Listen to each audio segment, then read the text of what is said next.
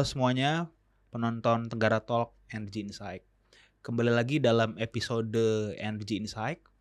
Pada episode kali ini, kami Tenggara Talk Energy Insight akan membahas soal dinamika eksekutif dan legislatif dalam merespon tantangan energi.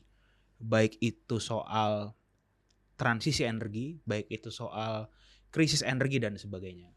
Nah, karena kita berbicara soal dinamika eksekutif dan legislatif, maka kita harus menghadirkan sosok yang memang capable untuk membicarakan bagaimana ruang di legislatif itu mempertemukan antara pengambil kebijakan atau eksekutif dan yang membuat undang-undang atau legislatif.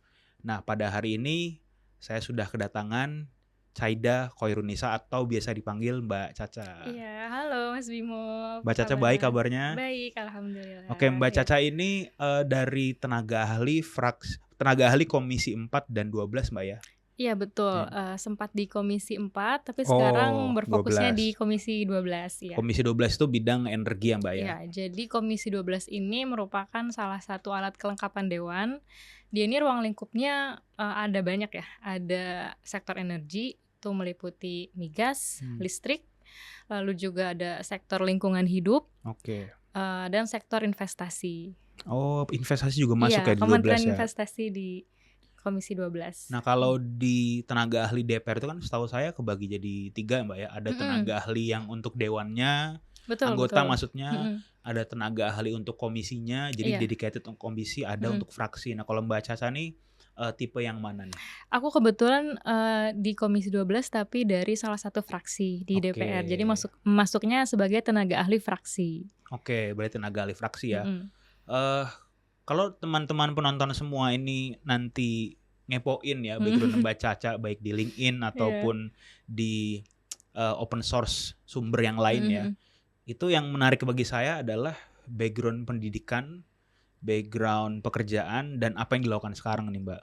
Jadi background pendidikannya dan background pekerjaan itu kan very technical. Betul. Di apa, Mbak, jurusannya?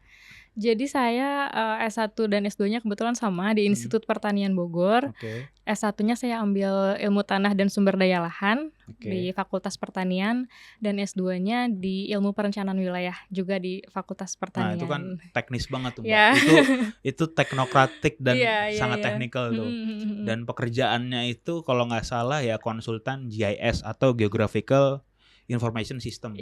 Nah, gimana Mbak, boleh diceritain nggak proses Mbak Caca dari seseorang yang backgroundnya pertanian, GIS, very technical, lalu sekarang bisa jadi tenaga ahli DPR, pekerjaan yang tipikalnya itu sangat politis, regulatori dan seterusnya. Gimana Mbak ceritanya? Iya, jadi walaupun bermulanya dari pertanian ya, tapi kebetulan di jurusan saya ini dibagi peminatannya ketika melakukan skripsi gitu misalkan ya. Jadi saya itu masuk ke peminatan bidang penginderaan jauh atau remote sensing ya. Jadi kalau Mas Bimo tahu nih misalkan ada gambaran peta atau sebaran apa yang ditampilkan melalui peta, nah itu saya berperan di situ gitu. Sebetulnya sebelum di DPR ini saya aktif di konsultan lingkungan. Posisinya juga sebagai konsultan GIS spesialis. Oh, jadi konsultannya bidang lingkungan. Konsultannya bidang lingkungan. Tapi yang dikerjakan GIS. Iya, betul. Jadi ya sempat merasakan juga survei ke lapang ya, ke hutan, survei tanahnya, survei lahannya gitu, sampai akhirnya nanti menjadi produk akhirnya sebuah peta. Gitu. Oke, berarti kan memang Mbak Caca pekerjaannya memapping sesuatu lalu dipetakan. Iya, betul. Nah, itu kan kalau saya bayangin Mbak ya, itu kan proses kerjanya sangat teknikal ya. Iya. Ya berhubungan dengan data, lalu datanya dipindahkan ke software, jadi visualisasi. Iya, betul. Nah, sedangkan pekerjaan yang sekarang ini kan bayangan saya itu lebih ke policy oriented gitu. Lebih ke menemani, memberikan inputan kepada anggota terkait isu-isu yang ada di Komisi 12. Itu ada jet lag nggak sih, Mbak? Itu kan harusnya beda dunia banget. Iya.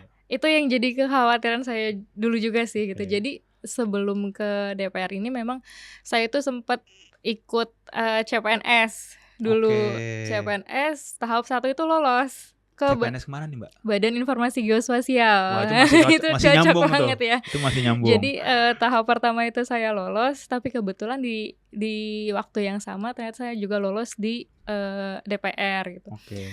Nah, bagi saya DPR ini sebagai tantangan baru Oke. melihatnya, karena betul-betul belum pernah terjun secara untuk secara langsung melihat bagaimana sih posisi-posisi di sini tuh dalam membuat kebijakan gitu, bagaimana prosesnya, itu benar-benar dunia yang baru ya bagi saya gitu. Sedangkan memang kalau di BIG ya itu juga sebagai suatu harapan besar ya, dulu pengen masuk ke situ karena bidang ilmunya juga suka banget gitu ya, main peta-petaan di situ, tapi akhirnya memutuskan untuk ke DPR akhirnya. Nah, dulu itu saya di Komisi 4. Kebetulan Komisi 4 itu memang membidangi pertanian, kehutanan, dan kelautan. Oke, Jadi masih masih nyambung nyambung tuh gitu ya. Nah, seiring berjalannya waktu dipercaya lagi nih untuk memegang Komisi 12 gitu ya, menjadi tenaga ahli fraksi di Komisi 12.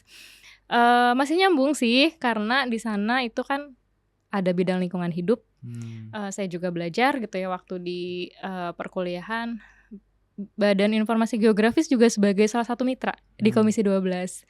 Jadi sedikit banyak nyambung. Lalu Kementerian SDM, itu kan salah satunya sektornya pertambangan mineral dan batu bara. Nah, kebetulan karena dulu kuliahnya di ilmu tanah, jadi satu semester tuh pernah tuh belajar yang namanya agrogeologi. Jadi belajar batuan, belajar mineral gitu. Jadi masih ada sangkut pautnya gitu ya dengan keilmuan, walaupun memang ya tipis-tipis lah gitu. Nah, memang yang baru bagi saya itu sektor migas gitu.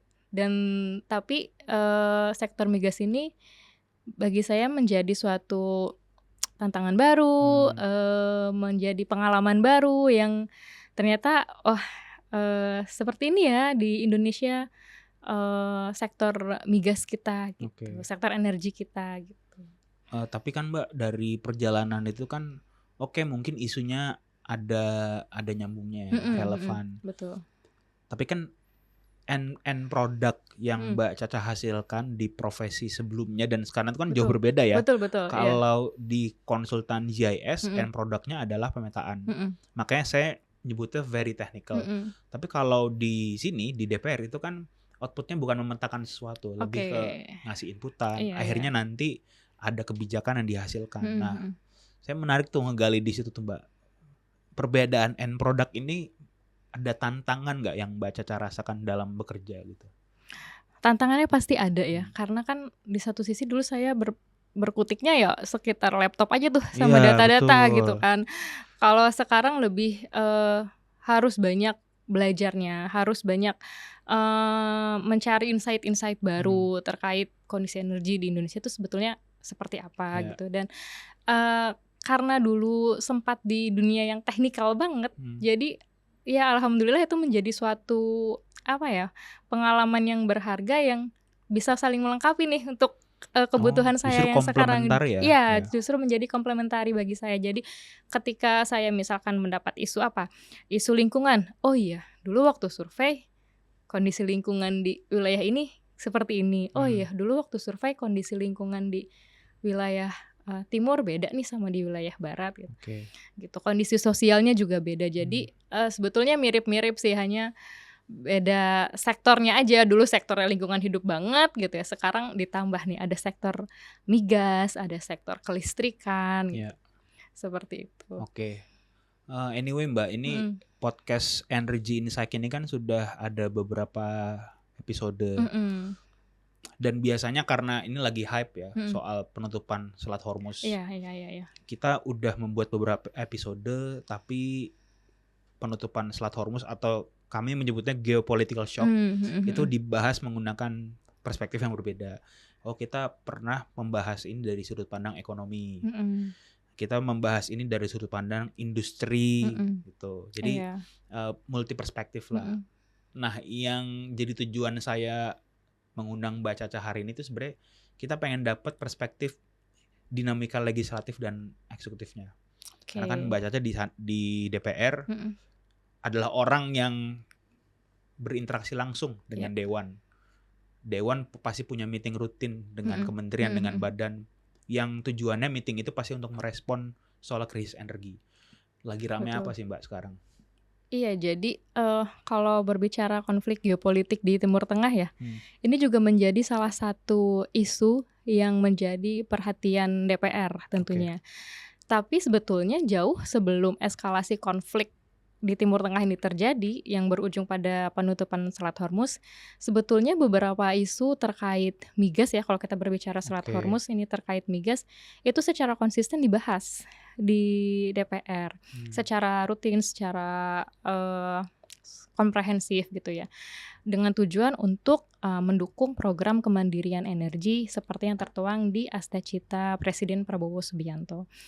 Nah, memang adanya peristiwa penutupan Selat Hormuz ini harus menjadi alarm penting nih bagi sektor migas Indonesia. Karena tidak bisa dipungkiri, ini menjadi peristiwa yang menekankan tingkat kerentanan Indonesia terhadap dinamika geopolitik global. Kalau berbicara seberapa rentan, nah posisi kita saat ini sebagai net oil importer. Artinya selama 2 dekade terakhir kita itu memenuhi kebutuhan minyak dalam negeri, sebagian besar itu dari impor. Seberapa banyak gitu ya. Nah, produksi lifting kita saat ini hanya 606.000 barel per hari. 606.000 barel per hari. 606.000. Iya.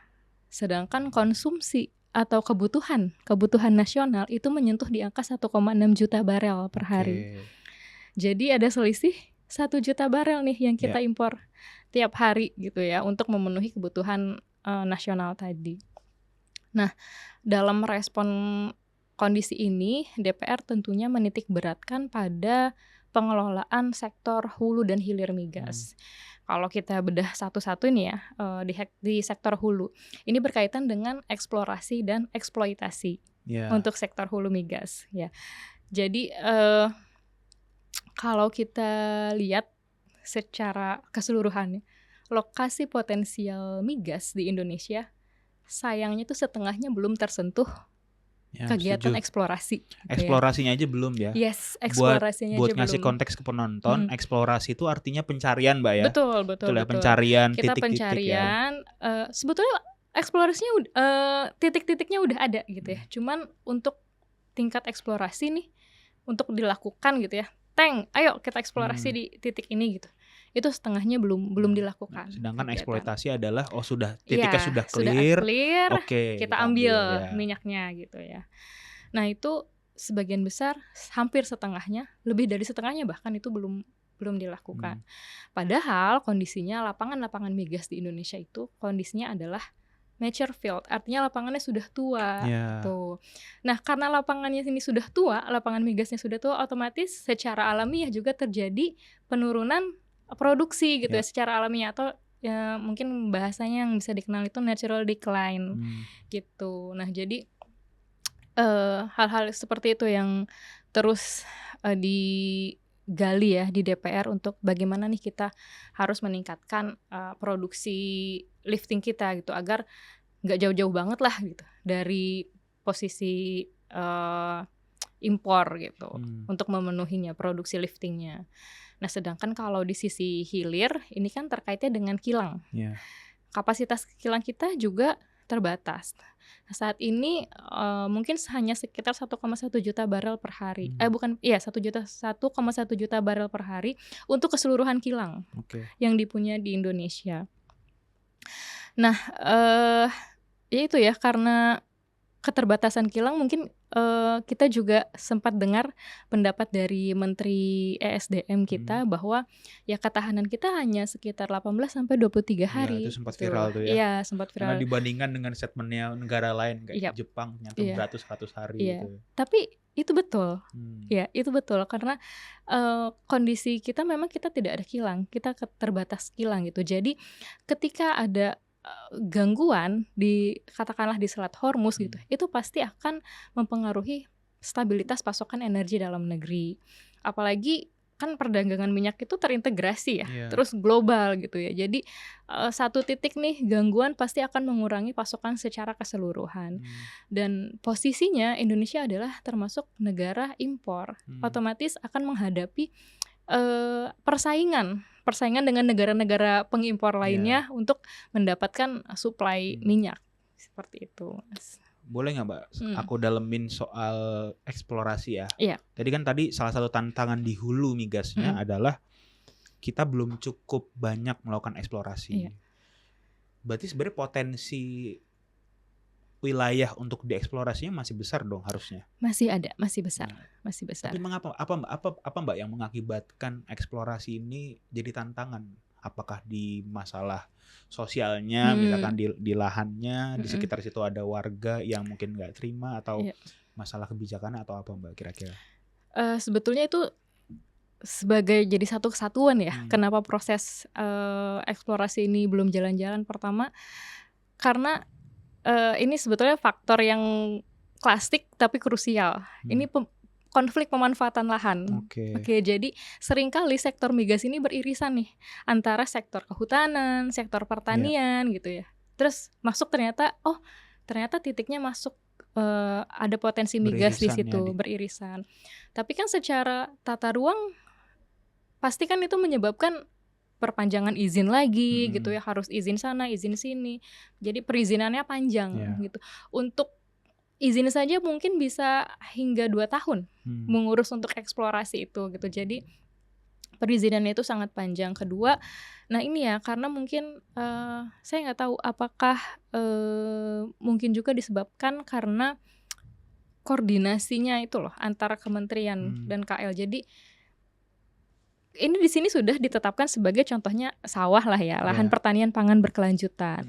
Sudah ada undang-undangnya juga gitu, tapi ternyata ketika sektor migas masuk, ini bagaimana gitu ya. Jadi berhenti di situ aja gitu. Jadi belum ada kebijakan lagi yang mengakomodir kalau ada hal-hal yang seperti ini nih gitu. Biar satunya lahan pertaniannya juga oke-oke aja, satunya migasnya juga tetap dapat nih gitu. Gitu. Itu pertama. Lalu sektor migas ini kan merupakan sektor yang padat modal, tapi high risk juga, gitu. Ya. Jadi investasinya ini juga tergantung ya gitu. Ini investasinya butuh besar, tapi di sisi lain akan menghadapi juga ketidakpastian hasil yang didapatkan gitu ya. Entah hasilnya nggak ada atau hasilnya kurang dari yang diharapkan gitu kan. Sementara investasi yang dikeluarkan sudah besar gitu ya. Nah ini kalau tidak ada kebijakan fiskal yang mendorong para investor untuk posisinya kuat gitu ya, tidak dibebani pajak-pajak yang lain-lain, yaitu daya saing kita dengan negara lain pastinya akan turun gitu. Nah di DPR Mbak, dinamika antara eksekutif ya mitranya Komisi 12 kalau di rapat-rapat membicarakan hal ini gimana Mbak ya? Ini kan berarti ada 2 permasalahan kita turunkan masalahnya hanya di eksplorasi nih Mbak ya. Jadi masalah izin kayak tadi konflik pemanfaatan lahan yang beririsan dengan fungsi lainnya, dengan fungsi pertanian atau kehutanan. Lalu koordinasi kementerian lembaga untuk menghasilkan perizinan itu juga dinamis. Betul. Lalu belum ada masih rentannya kepastian investasi karena belum adanya misalkan kebijakan fiskal yang kompetitif gitu.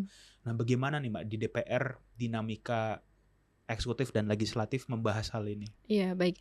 Jadi saat ini memang lagi dirumuskan revisi Undang-Undang Migas dari Undang-Undang Migas yang sebelumnya ya.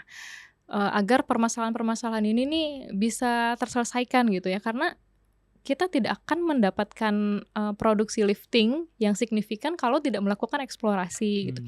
Nah, sedangkan seperti yang dibicarakan tadi, eksplorasi ini banyak hambatannya gitu ya. Nah, diharapkan nanti undang-undang migas yang baru itu sudah mengakomodir terkait perizinan yang lebih dipermudah gitu ya. Terus prioritas terhadap lahan-lahan atau mungkin nanti ada koordinasi yang lebih baik gitu ya antara kementerian satu dengan kementerian lainnya. Artinya diharapkan juga di situ nanti akan dibahas apakah nanti ketika sektor migas beririsan dengan sektor lainnya harus seperti apa gitu. Jadi tidak dibiarkan mengambang begitu saja gitu. Ini ada payung hukumnya ya. Iya, betul ada payung hukumnya, dan sebetulnya kan sama-sama kuat gitu ya. Sektor migas nih ada lapangan potensial loh gitu. Tapi di sisi lain misalkan ini sawah juga potensial loh gitu untuk kemandirian pangan gitu. Ini udah menjadi sudah menjadi LP2B gitu ya. Studinya tuh udah jalan, dan studi LP2B itu kan tidak semerta-merta cuman menitikan ini sawah ini gitu ya untuk menjadi lahan pertanian berkelanjutan, tuh tidak gitu. Karakteristiknya banyak gitu ya, mencakup kesuburan tanah, mencakup produktivitas yang bisa dihasilkan gitu. Nah itu apakah nanti misalkan tetap migas yang dipertahankan gitu ya karena lebih urgensi migas, dikalahkan pertaniannya. Tapi itu sektor lain bisa nggak terima tuh. Ya pasti kan ada pergolakan di masyarakat gitu ya. Untuk meredam itu harapannya dari undang-undang migas yang baru ini dapat meredam hal-hal demikian gitu. Pun demikian gitu ya. Karena kalau sawah kita itu tidak berbicara ya udah sawah yang ini diganti aja dengan sawah yang ini. Karena kesuburannya beda gitu ya. Karena produktivitasnya beda. Seperti itu. RU migas ini kan tapi permasalahannya kan udah lama banget Mbak ya.